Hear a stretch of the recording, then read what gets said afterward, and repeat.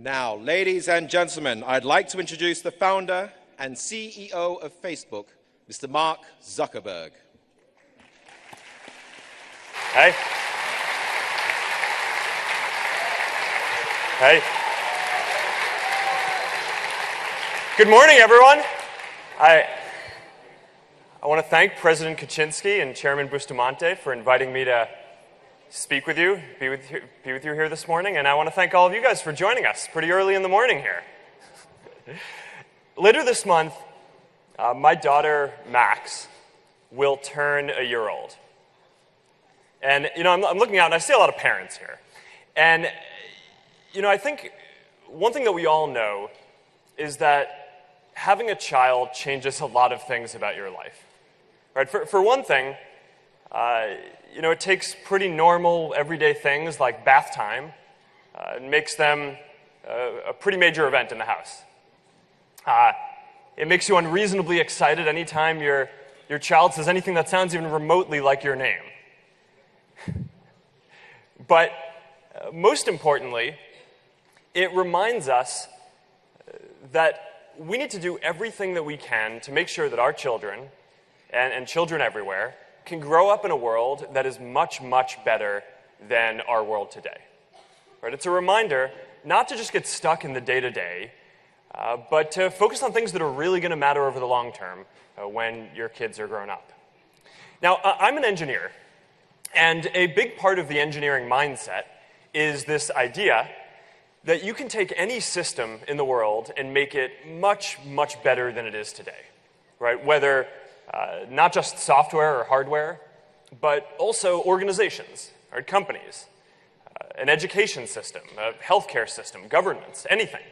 You can take any system and make it a lot better than it is today. And that's what I want to talk about today. Daring to do great things and then sharing the prosperity with everyone. To me, one of the most inspiring stories in history was when President John F. Kennedy in the US in 1961 announced that by the end of the decade we were going to try to put a man on the moon. A lot of people thought that this was impossible. It took a lot of investment, but many people rallied, and when they succeeded, they didn't just achieve the goal, they created something entirely new and ended up pushing the entire economy forward for everyone. As Kennedy said, it's a time for greatness. And today, with accelerating progress in science and technology, our generation has the potential to do even more great things than at any other time in history. So take giving people a voice, for example. For a lot of the last century, there used to be just a handful of TV networks or newspapers in any given area. And now, almost 2 billion people have the power to connect with anyone they want, to share anything and have anyone around the world see it instantly, to create small businesses that are on a level playing field and have access to the same tools as the big guys have, to create movements to fight for the social change they want to see. Right? Connecting and giving 2 billion people a voice is a great thing to do. You know what's even better?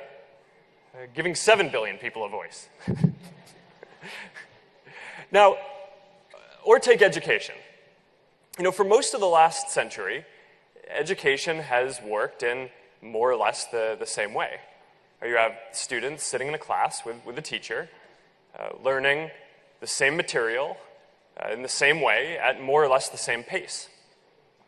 Today, we know that personalized learning is way better.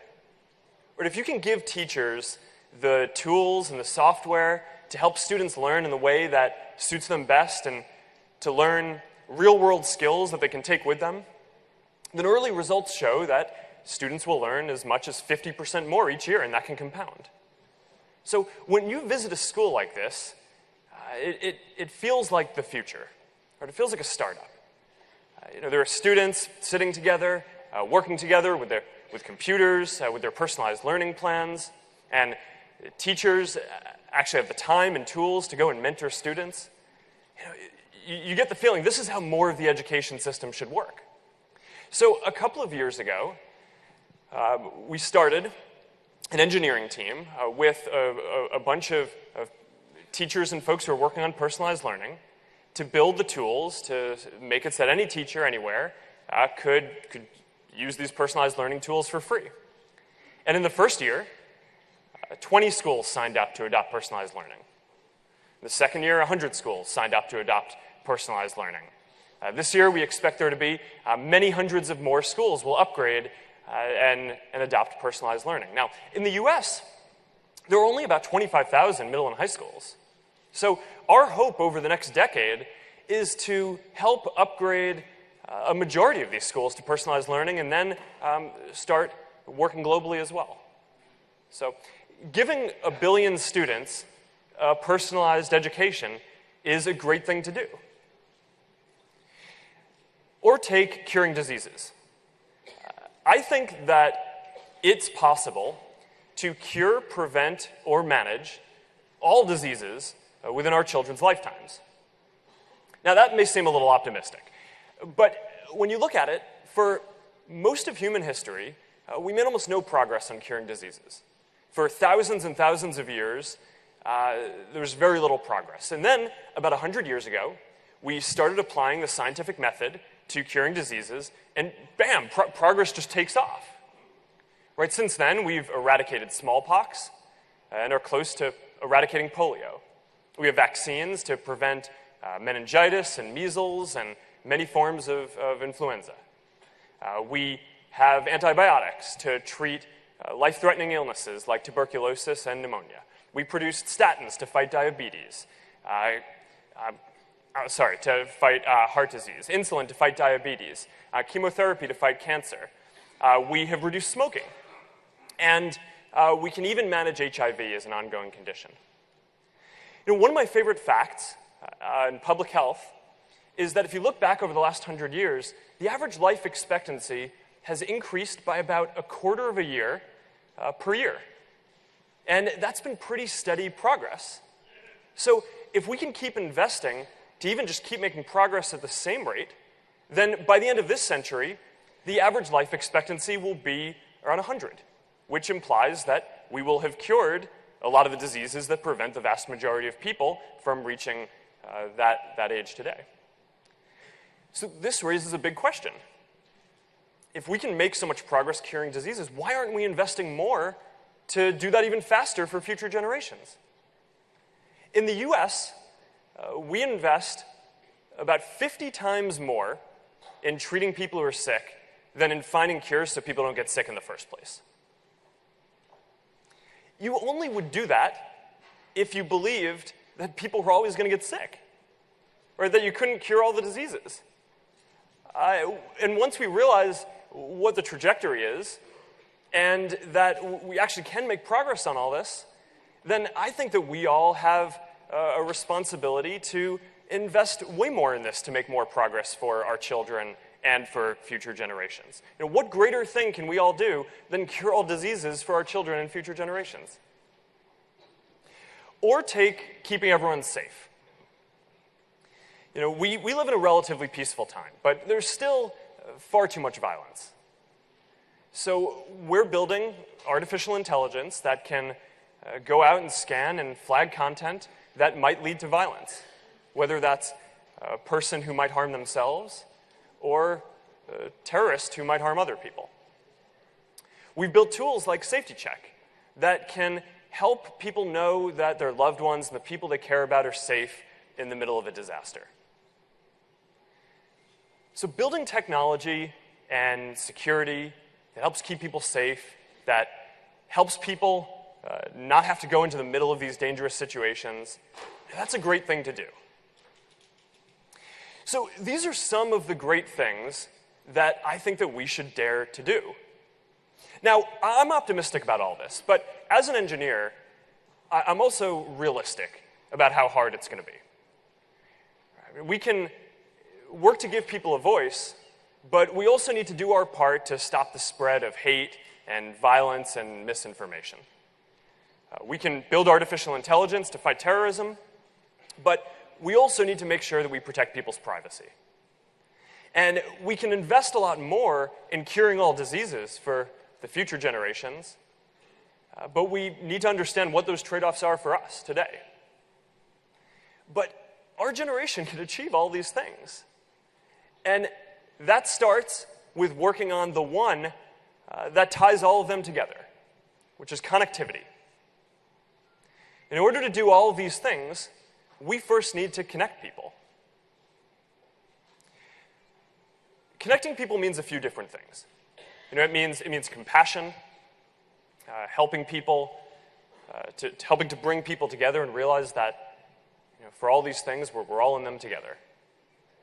It means ideas, helping us learn faster and get exposure to people and cultures all over the world. And it means opportunity, opening everything the world has to offer to each and every one of us. Now, we know that connecting people and enabling a free flow of ideas and trade is the path to doing more great things and to creating the greatest overall prosperity. But as we're learning this year, in election after election, even as globalization might grow the overall pie of prosperity, it also creates inequality.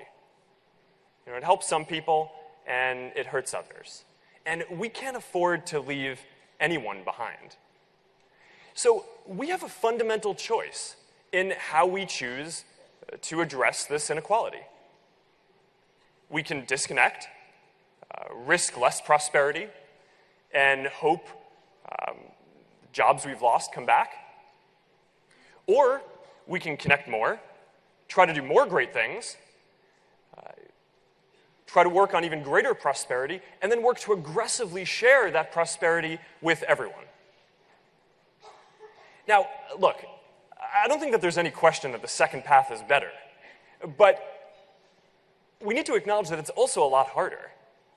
Right? Disconnecting is relatively easy, but connecting requires making big investments in infrastructure and generating the political will to make hard, long-term decisions.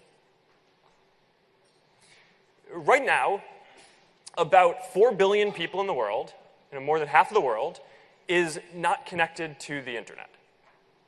And this is really important because research shows that for every 10 people who get online, about one person gets lifted out of poverty and almost one new job gets created.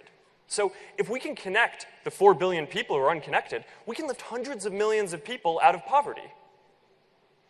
According to the World Bank, for every 10% increase in connectivity, a developing country's GDP grows by up to 2%.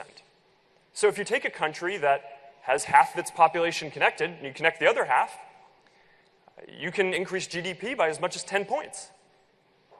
So connecting everyone will lead to dramatic economic growth and lifting millions, hundreds of millions of people out of poverty.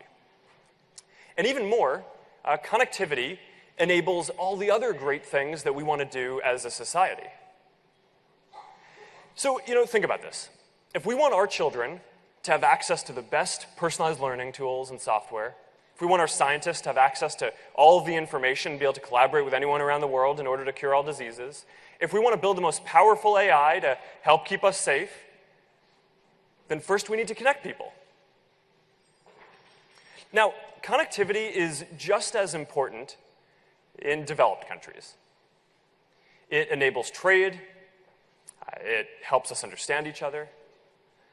A lot of the biggest problems that the world faces will require global solutions, and that means that in order to reach these solutions, we need to work together and connect more. So that is why I think we need to make connectivity and connectivity infrastructure a much higher priority on each of our agendas. Today, the world spends about $400 billion a year on connectivity infrastructure. And to put that in perspective, we spend about 16 times more on health. But actually, infrastructure investments are decreasing in a lot of places. Since the financial crisis, more than half of G20 countries have cut their infrastructure investment budgets. Now again, this level of investment might make sense if you believed that we were only going to be able to make incremental progress in growing economies and lifting people out of poverty and in education and in health.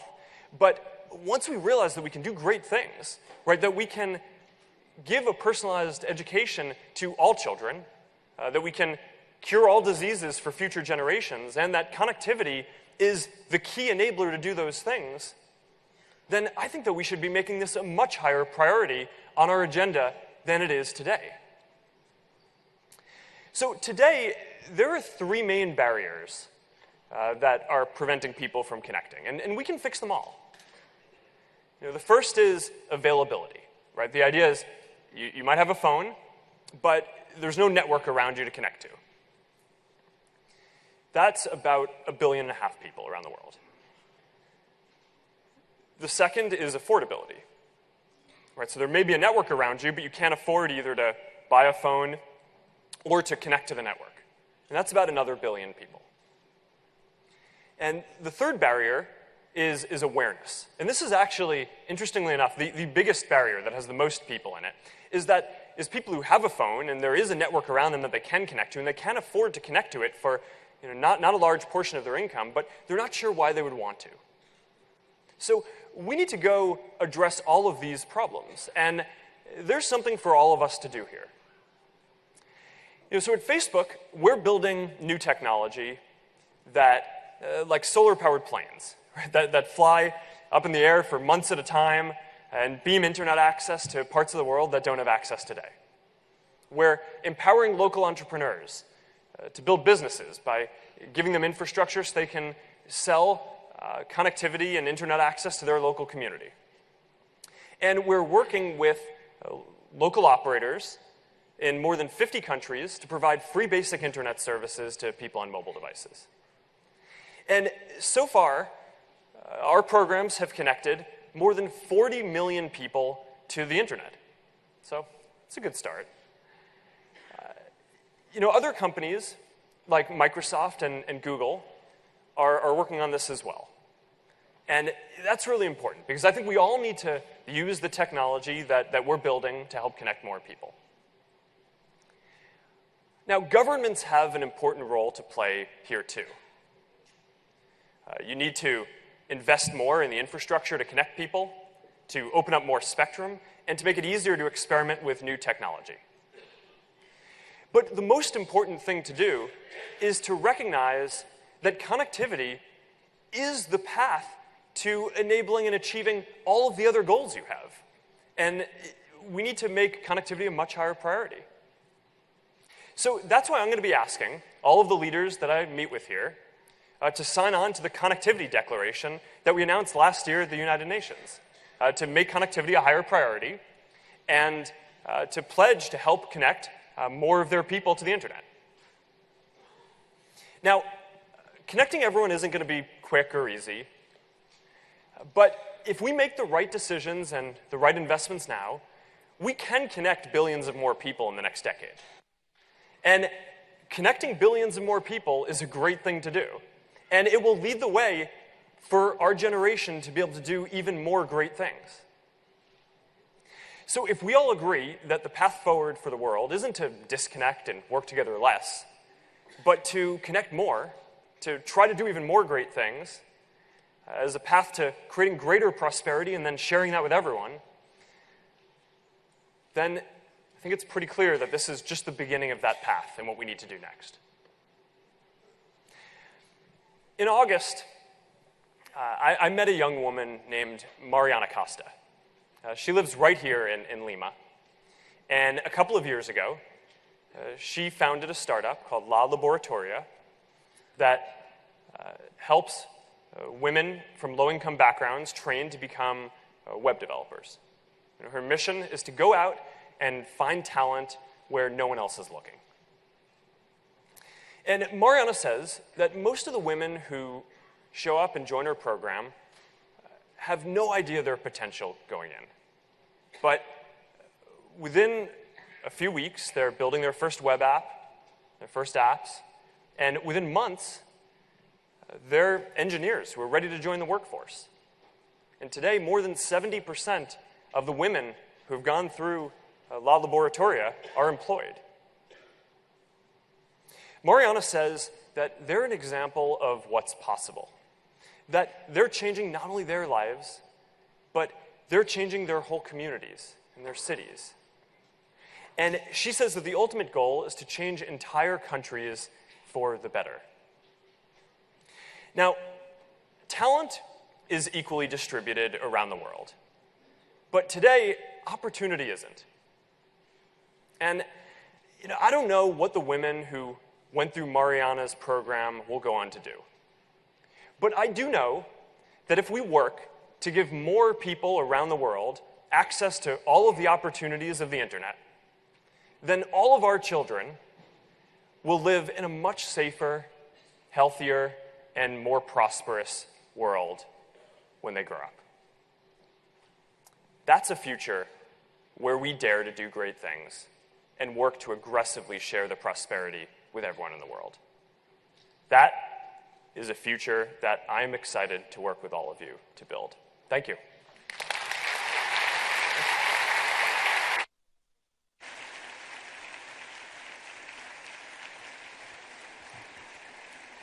Ladies and gentlemen, please, another round of applause for Mr. Mark Zuckerberg, the founder and CEO of Facebook. Now, that address